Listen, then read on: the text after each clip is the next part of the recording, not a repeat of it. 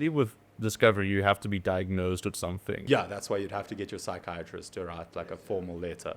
But so basically I was seeing this lady, but then like there was no recommendation done yet. But like obviously the plan is for them to do the recommendation to get paid for this. Like they know the process, I don't. So I'm like, I'm just a kid. You know? I'm just a child. You're nearly 30. Well, I'm old, but I'm a child. But yeah, I still behave like a child. So I'll take that I'm still a kid. No responsibility. Yeah. 100%. None whatsoever. But yeah, so basically, so she wasn't being paid, but I was still seeing her. Then one day, out of the blue, she just, so I was supposed to go for an appointment at the hospital, and she just wasn't there. I called, and then she was like, no. And then I got a message from her saying, no, she got a new assistant. The assistant was supposed to say that it was like rescheduled and was supposed to set up something else. Since that day, doesn't answer a single one of my messages or calls. Damn, bro. And then like 6 months later, I get like, actually not even 6, like 2-3 months later, I get the invoice for like what was done. And I was like, this is supposed to go through medical aid, whatever. But like, so it's still nothing had happened from that front. So then she just sent the invoice. So I was like, whatever, paid it from my credit card. And then I like left it. I was like, cool, whatever.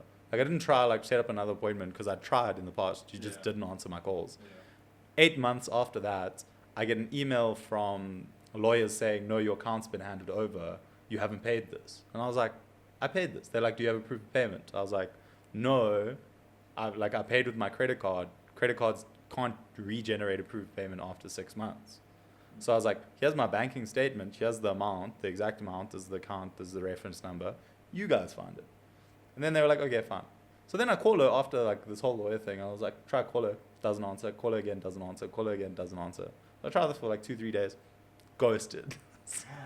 And then crazy. So then eventually the lawyers were like, nah, we found it. Like, it's fine. Then January this year. So this was like 2 years ago. January this year, I get an SMS from the same psychiatrist or psychologist, not psychiatrist, saying, no, your account is still outstanding. And then I like try to call her again, ghosted. As I'm just like, bruh, you're asking me for money, but you won't accept my calls. Like, if this is psychology woman, if you're watching this, he has paid you. I paid, I promise, long ago. That is insane. So yeah, I was just like, nah, she's really good at exposure therapy. So she's just trying to get me to work on my fear of abandonment. Yeah. So she's just really good at her job. She's like, nah, let's put him in here, then he'll be fine. How much do you believe in the exposure therapy stuff, man? I mean, realistically, it makes sense. Like, let's say you're afraid of spiders, and then you never see spiders. You're never gonna have anything to be afraid of.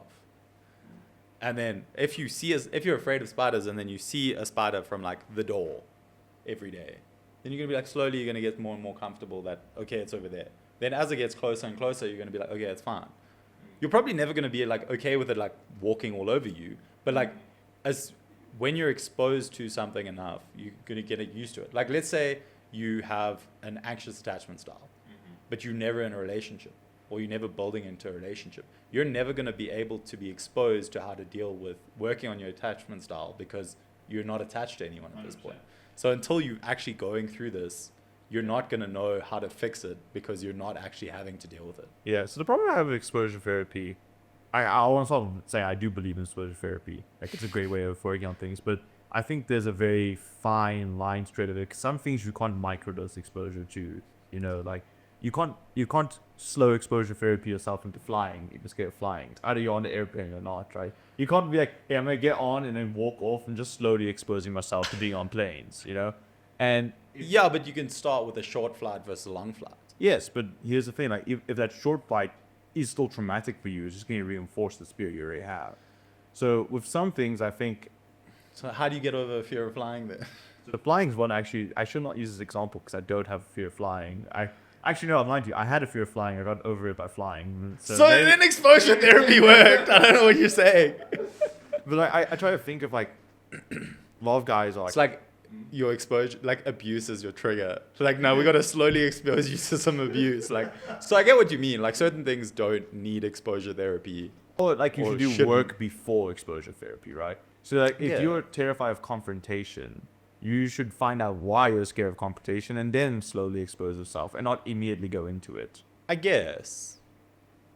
You have a point, yeah. So like you still need to do the work, but like if you don't know, like if you're not in that situation where you need to do the work, you're never going to do the work. Yes. It's like the trying thing. Like if you're not trying, Yeah. you're never gonna know. Like I could be like, well, I'm great in relationships with my friends, but as soon as I get in a relationship, I'm like, I'm scared she's gonna cheat on me. And like, you don't know how you're gonna react until you're in that relationship again, and then you're like, oh wait, this is what I suck at. Yes.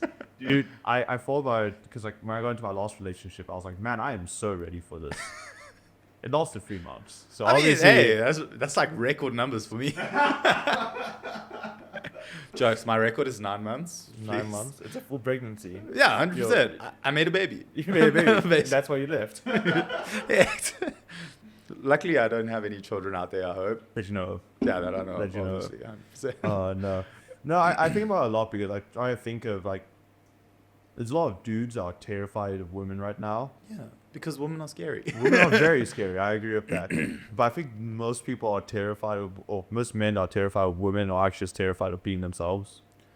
Yeah, I mean, there's also this like fear of like not being good enough, being rejected, not being Yeah, but that's adequate. that's only true if you don't like who you are, right? If you need someone else, if someone else tells you you're not good enough, and you don't have a self-worth of saying I am good enough, you're going to take the opinions as truth. I mean, fair, but it's also very hard to be like, okay, let's say 80% of the relationships you get into, you get cheated on. Now, the next relationship you go into, what is the probability you're going to get cheated on? It's higher, yes. So you're like, because you repeat patterns. Like you end up going for behavioral patterns that are familiar, and the familiar behavioral pattern is someone that is unfaithful. Yes, that's about as I was saying. It's a selection problem. You're choosing for people that are unfaithful for whatever reason, right? Yeah. It could be that you see that group of people as exciting, and you want excitement in your life. Yeah. So you're outsourcing your excitement to the person you're dating, and you end up dating people that cheat on you. Yeah, It's fair. something to that degree, right? No, 100%. Like, obviously, you need to realize what you're choosing that is wrong. Yes. Like, for me, I was like choosing people that were avoidant. Yes. Like, when I fight with someone, I want to get close to them. And then I was choosing people that when we fought, they needed space. And I was like, I can't do that. I don't need space. That's an interesting one. So I think about this a lot. Because I think the hallmark of whether a relationship is going to succeed or not has nothing to do with compatibility, has nothing to do with shared interests. Okay, has something to do with those things, but it's way more to do with how well you guys solve the problems. No, 100%. Like, if you can't fight correctly, I think you're not going to have a healthy relationship. Never. Like, if you're going to be like, well, this is how my fighting style, this is your fighting style, and then you never can, like, mix your fighting styles, you're never going to have a good relationship. Or like your finance styles are never compatible. Because like you say you want to get close to people. I don't consider myself avoidant attached at all. But I know I have a very bad temper. Yeah. And I would prefer to just take moments away. Because usually after 10, 15 minutes, I'm like, I'm in a much more reasonable position. See, but 10, 15 minutes is good. Like, I think, like, that's a good compromise. So that's, like, more, like, leading towards a secure attachment style where you're like, I know that I have this problem, I need to regulate, and then we can come and talk. But then let's say you and your partner are fighting, and then they're like, I need the day to myself to, like a whole day. Like, you don't need a whole day to yourself. Like, you want it out. You want to see how it feels to be out of this relationship. I'm gonna to throw my ex under the bus here. I can throw so many exes under the bus. We can do that next. She has me blocked on everything, so she'll never see this. So. Oh, yeah, that's fine.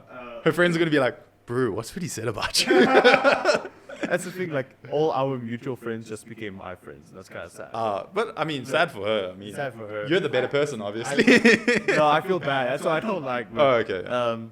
But like one thing that she did that really annoyed me, and this is kind of circumstantial. She didn't have an internal monologue.